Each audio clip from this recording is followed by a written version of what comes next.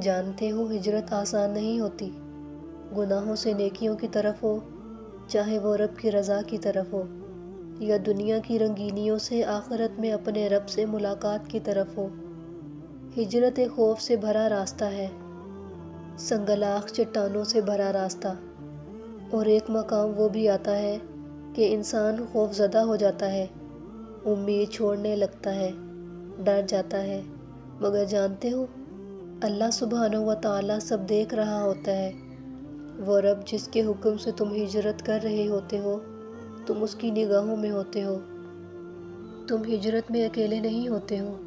تمہارا ساتھی تمہارے ساتھ ہوتا ہے، جو تمہیں بتاتا ہے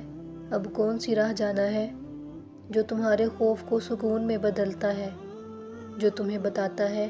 لا تحزن، جو تمہیں بتاتا ہے لا تخف، جو تمہیں یہ بھی بتاتا ہے تمہارے رب نے تمہیں اکیلا نہیں چھوڑا، ان اللہ معانا، اور وہ ساتھی قرآن ہوتا ہے، اللہ سبحانہ و تعالیٰ کا نور ہوتا ہے۔